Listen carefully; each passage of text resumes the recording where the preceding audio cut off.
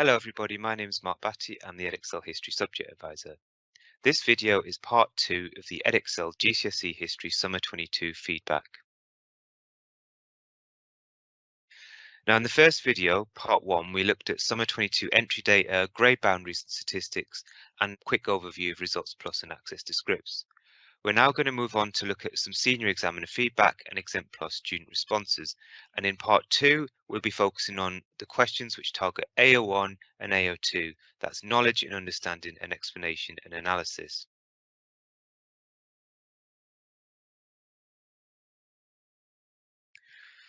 Now, throughout this video, you'll see I've posted in some exemplar student responses. Some of them are extracts and some of them are full responses. And for each of those, I'll be explaining where you can find the full response if we've only provided an extract. There is a delegate booklet that goes alongside this training event, and it contains additional exemplar responses. I will post a link to the delegate booklet below the video.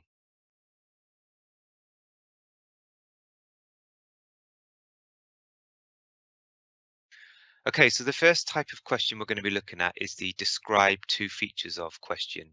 This is a 4-mark question which can be found in paper 1 in the historic environment and also the first question in the British Depth Study paper 2. And it asks students to identify the key features of something named in the specification. Students are awarded 1 mark for each valid feature, up to a maximum of 2 features, and 1 mark for the supporting information for each feature. And by supporting information, we mean contextual detail or some explanation of each feature's importance.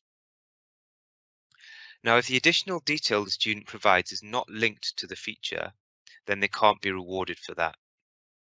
Also, if they provide 4 separate key features or 4 separate details, then they can't score the full 4 marks.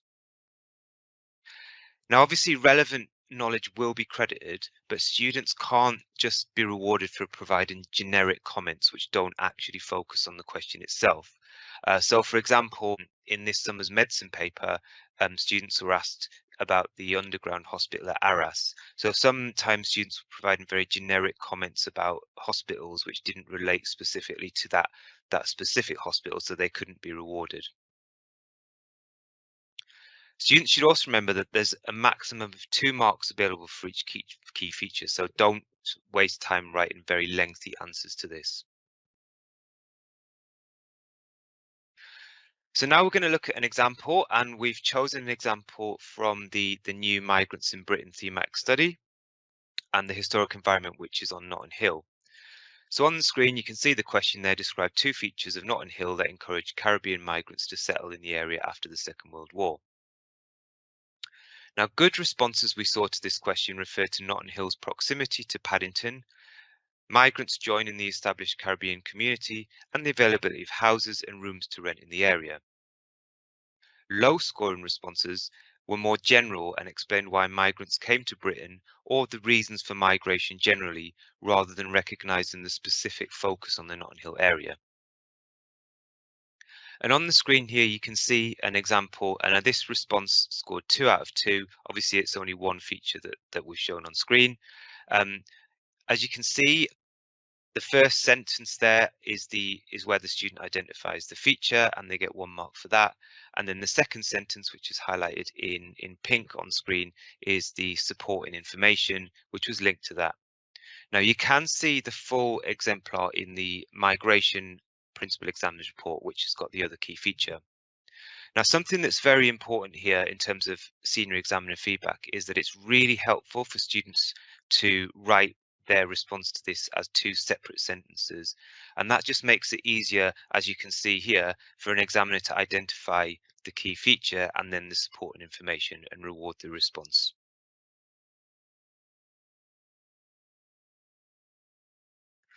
So the next question type we're going to look at is questions which target AO2, which is explanation and analysis, and AO1, knowledge and understanding. And the first question type we'll be looking at is the similarity and difference over time. Now this features in paper 1, question 3, so it's the first question of the thematic study after the historic environment. And in this question, students are asked to identify 1 similarity or difference between 2 time periods.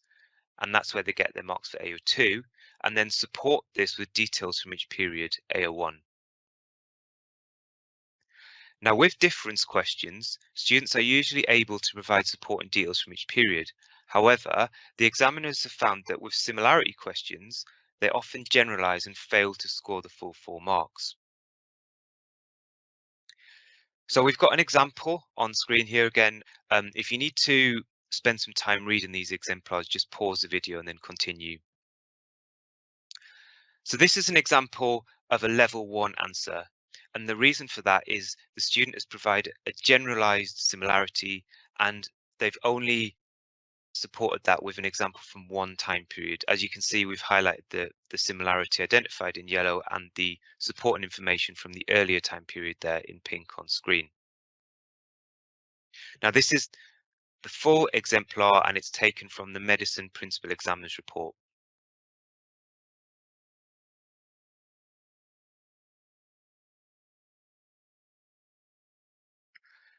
So answers which write about the wrong time period in this question cannot be rewarded.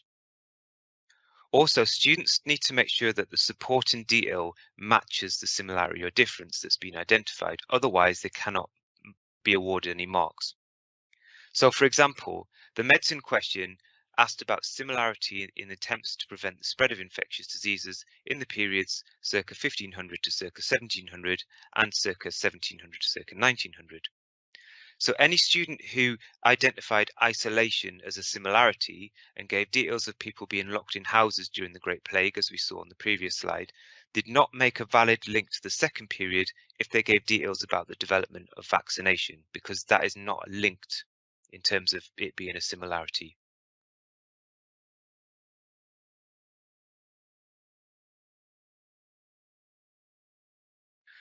The next question we're going to look at is the 12-mark causation question, the explain why question. Now, students are very familiar with this question and it seems to perform well. And this question crops up in a number of places across the specifications. So in paper 1, question 4 in the thematic study, in the British depth study, question 1b, and also question 2 of the paper 3. Now, just to provide a quick reminder about how the mark scheme works for this question, that the students, as well as the question, they're also provided with 2 stimulus points. And that's just intended to remind students to cover a range of points and to cover the full date range of the question. Now, it's not compulsory for students to include the stimulus points in their answer. They are welcome to bring in other points of their own. But answers that do not go beyond the stimulus points cannot access level 4 or the top marks in level 2 or level 3. So to access the top levels in the mark scheme, students need to talk about 3 aspects of content.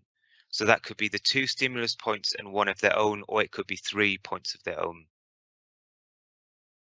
The other thing to note is in the mark scheme, there are 2 strands, one for AO2 analysis and one for AO1 knowledge and understanding. And the AO2 analysis strand comes first in the mark scheme.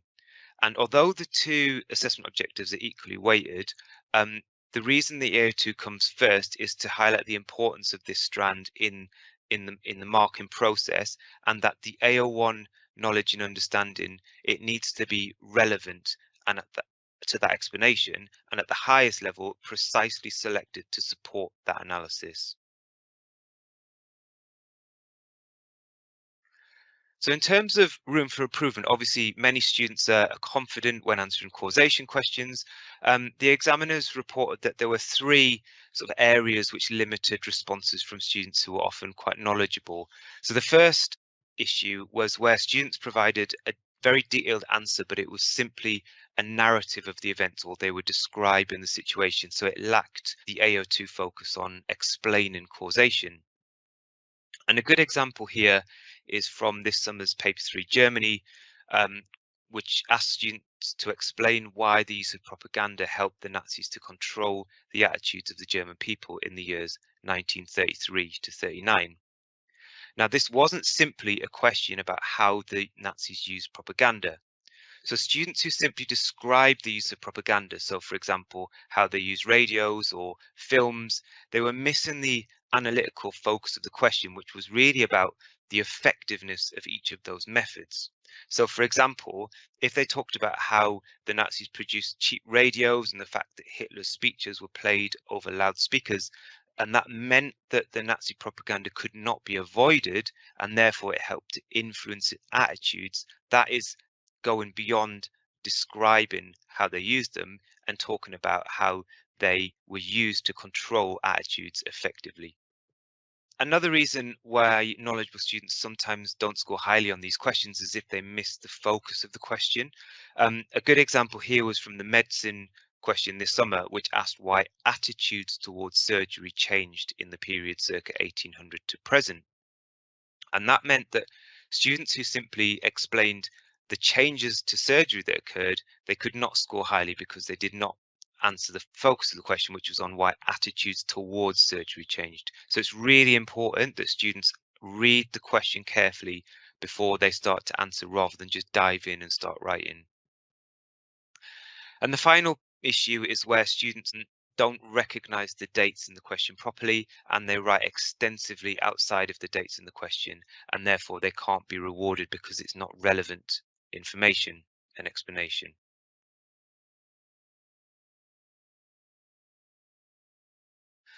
So now we're going to look at and explain why extract from a student, and this was an extract from a level 4 response.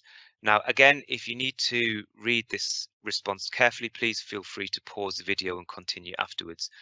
It's also worth reminding you that this is just an extract. The full exemplar for this is in the Germany Paper 3 Principal Examiners Report, and we've also provided more exemplars of responses to this type of question in the delegate booklet, which will be available in the link below this video.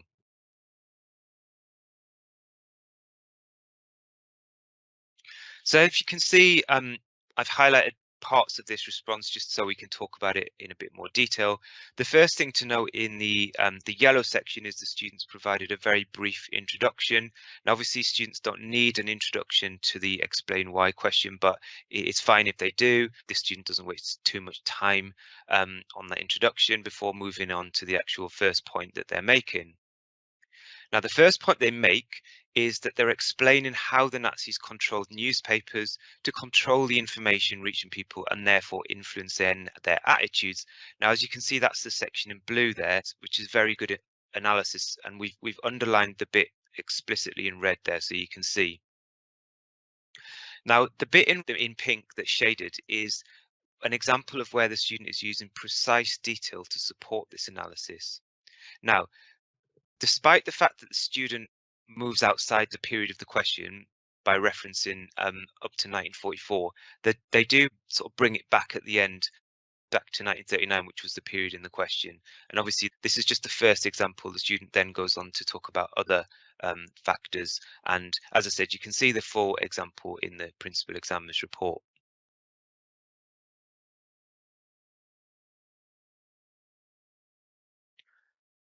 So now moving on to the judgment question. This is the 60-mark essay question, which occurs at the end of paper 1, questions 5 and 6 as a choice, and also in paper 2B, the British Depth Study, at the end. Now, the mark scheme for the judgment question is the same as the 12-mark causation question. However, the question is phrased slightly differently because there's a statement, and then students are asked, how far do you agree? And because of this, there's a judgment required. So there's an additional 4 marks available to reward that judgment. The other difference between this and the causation question is that this question may target any of the second order concepts. So for example, it could be on causation, it could be consequence, significance, change in continuity, similarity and difference, or it could also be a mixture of concepts as well. The other thing that students need to be mindful of is in the thematic studies, there are also different types of change. So for example, there could be questions on the causes of change, the extent of change, patterns of change, turning points, the process of change. And again, often questions will be a mixture of second order concepts here. If you look back at past papers in the mark schemes, at the top of the mark scheme, it will identify the the second order concept focus for each question. And it's a good activity that you could try with students to go through some past paper questions and try and identify the second order concepts being assessed in each of these types of questions. So obviously, because it's a judgment question, we want students to evaluate the statement in the question. And the best responses to this question develop a line of argument with the evaluation running through the answer rather than just being at the end.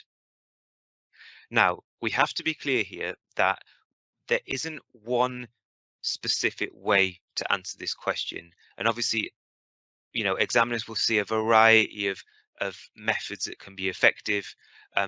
But what we're trying to warn you of here, or warn students of here, is that if students adopt a very formulaic approach to this judgment question, where they say, on the one hand, I agree, and then they go, on the other hand, I disagree, and then their conclusion kind of sits on the fence and it doesn't really come down on any one side. The only evaluation that we see really is a kind of statement at the end, or as part of the conclusion at the end. And it's better if students can be clear at the beginning about the criteria that they're basing their argument on, and try and ensure that they're evaluating throughout their answer. Now, we've got a couple of extracts that we're going to look at to sort of demonstrate how students can incorporate an evaluation throughout the answer rather than just sort of have it at the end. So this is the first extract, and it's from an essay from this summer's paper on the British depth study for Anglo-Saxons and Normans. Now, the first thing to say is that this is just an extract, so it's not the full response. The full response is in the Normans and Anglo-Saxons principal examiners report. But what we try to do here on screen is just show you the different ways in which the students evaluating throughout the response. So as you can see in the first paragraph, showing the students evaluating how the Normans used castles to create fear, and then they argued that that didn't work because there was still a rebellion. So then they tried to get the loyalty of the Anglo-Saxon earls, and that worked initially, but then there was still rebellions. And then they talk about how the Normans rewarded the loyalty of the Marcher lords, and that earned loyalty, and it also decreased the threat of invasion, and therefore the main way in which William established control over England.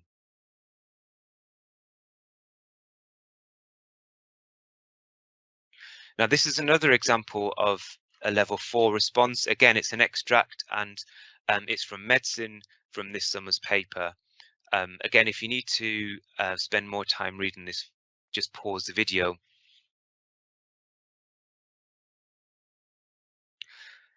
So the full exemplar can be found in the medicine principal examiners report, but again, we've just highlighted some parts of the response to try and show how the student is establishing sort of valid criteria for as the basis of their judgment throughout their answer.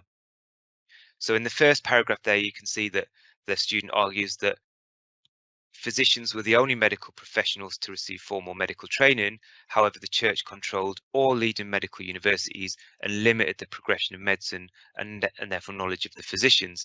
And this meant that while the physicians were important and widely respected, they were not the most effective. They then go on to say physicians were only accessible to those who were rich enough to pay for their services, and apothecaries who provided herbal remedies were much more widely available and used by the general public. And therefore their argument, or the basis of their argument, is that since apothecaries were the most widely used accessible form of treatment and care, it could be argued that they were more important than physicians.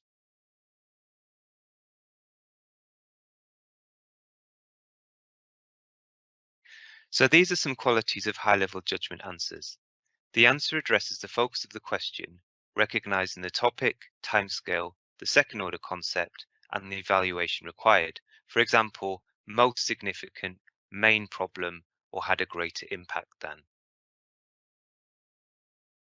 High-level answers often use detail to support the analysis directly, rather than just providing it for as part of the narrative or description. So if you think back to the example we looked at with the Anglo-Saxon Normans, the student there used the example of Edwin and Morcar really well to support their analysis.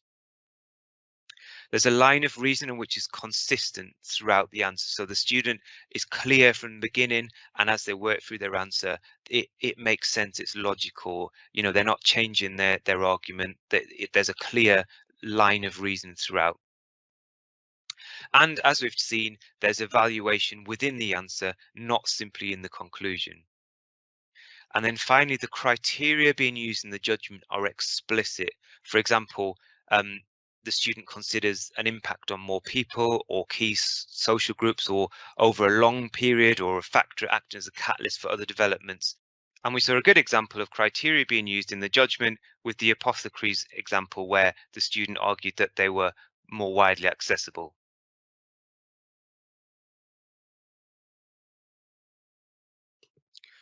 Okay, so we're now going to move on to the questions that are specific to the period study, which is in paper 2.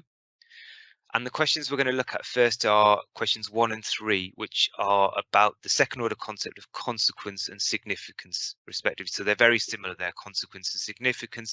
The main difference here is a consequence it can be something general that follows on, whereas with the significance question, it's about impact. It's about making a difference. It's something significant or important.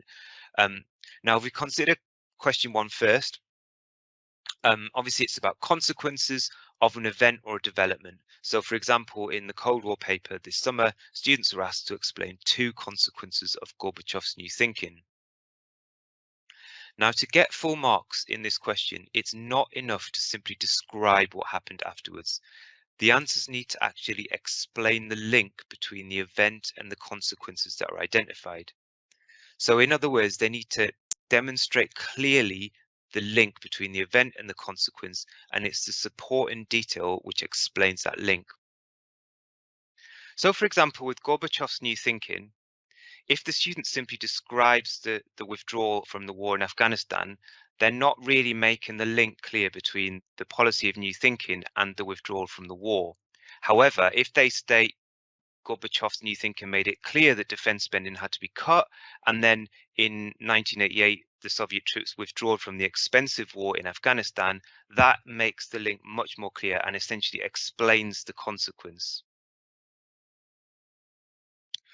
Now, question 3, this focuses on the impact of one event or development on a specific situation. So it's the importance, if you like, of X for Y. Now, answers which ignore that why and just focus on the more general consequences or importance without linking it to the what we're asking in the question, they are not likely to reach level 3. So it's really important that, again, that students read the question carefully. And students have got a choice of 3 questions here. They have to answer 2 from 3. And something that's quite interesting here that examiners have noticed is that students regularly perform better on the first of their responses to this question and less well on their second response. So we wanted to ask teachers why they think this is. It might be something that you might want to consider with your own students, maybe look at some scripts or talk to your students about it. I mean, one obvious answer is that the students have simply run out of time. Perhaps they spend, they put a bit too much effort into the first question, and then sort of less in the second. I mean, the other one is that they simply know less about their second choice. Obviously they're going to write about their first choice first, but again, it's something that you might want to think about a bit more with your own students.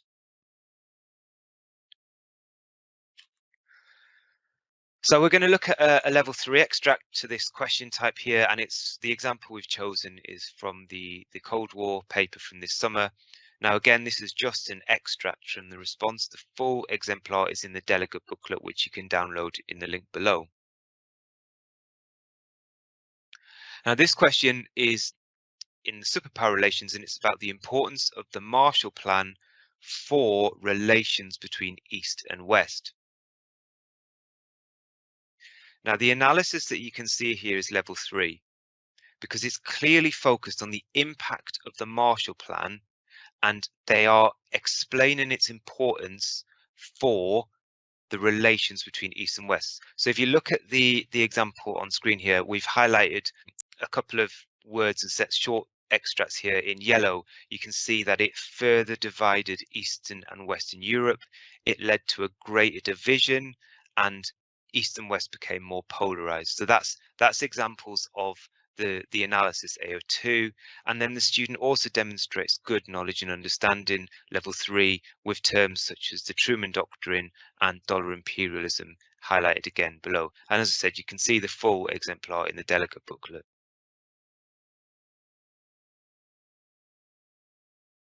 Okay, moving on to the analytical narrative question. Now, this only appears in the period study in question 2. And it's a very different question from all the other questions in our assessments. And it's also a question that students find very challenging. Now, it was pleasing to see that many teachers had taken on board the feedback from our earlier exam series, going back to 2018-2019, about how to approach this question. And examiners report that they saw some very impressive responses from students across all the options. So the question assesses AO1 and AO2 by asking students to create an analytical narrative about key events or developments. Now, the key here is that students need to create a sequence of events or developments, and that sequence needs to be coherent and logical, like flow like a narrative. But they're also expected in their answer to explain the links between these events and developments, and that's the AO2. So to secure a high level 3, students need to understand the narrative concept with a sense of a beginning, a development and an end, rather than simply providing 3 paragraphs which are about separate causes and then just not linking them together in any way. Now, what we've got here on screen is an example of a level 2 extract. So as I said before, if you need to spend a bit more time reading this, please feel free to pause the video.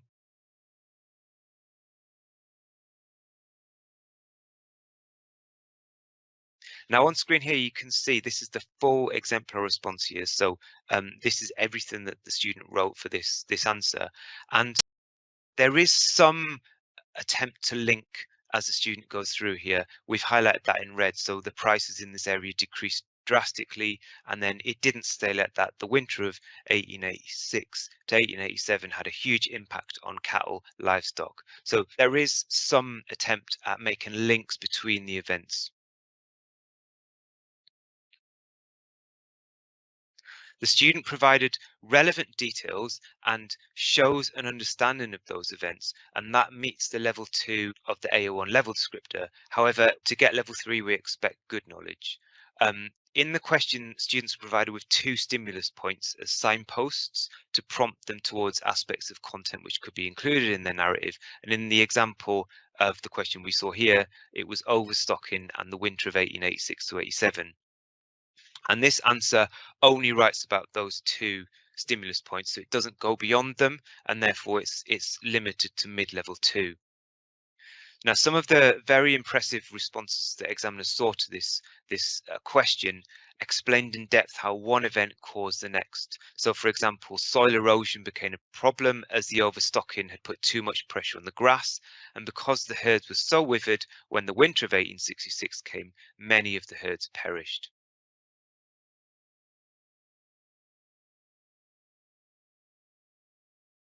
Now we're going to look at a level 3 extract, and now this is only part of the response. The full exemplar response is provided in the delegate booklet.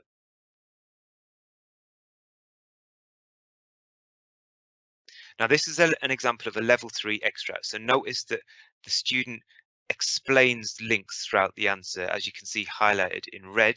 Khrushchev wanted to stop intellectuals leaving the Soviet Union. This led to the Berlin Ultimatum. This led to a series of conferences. However, after the U-2 spy plane incident in 1960, the USSR ended negotiations. This meant that. So as you can see, there are good links throughout there. And again, the full exemplar is in the delegate booklet.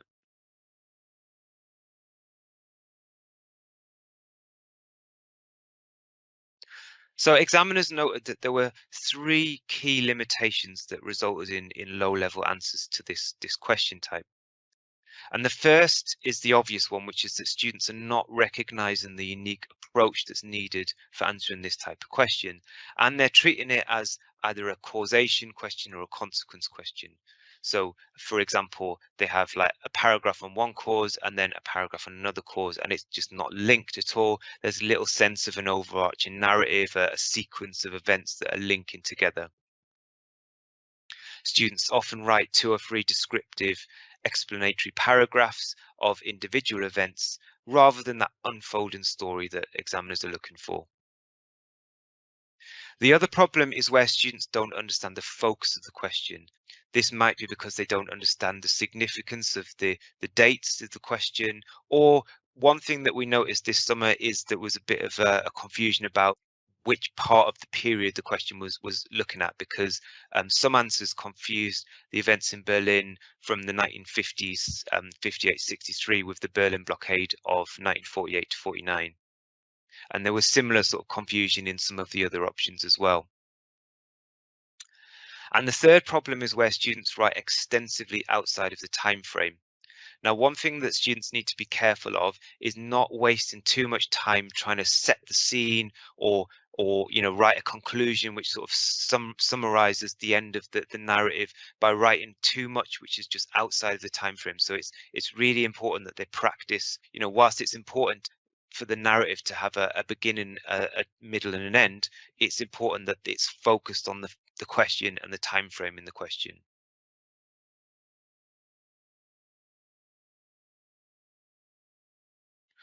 Okay, so that's the end of this session looking at the AO1 and AO2 questions.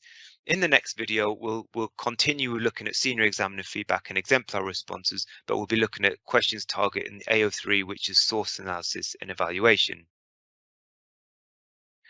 Okay, these are my contact details on screen. If you have any questions about the things we've talked about today, please feel free to get in touch.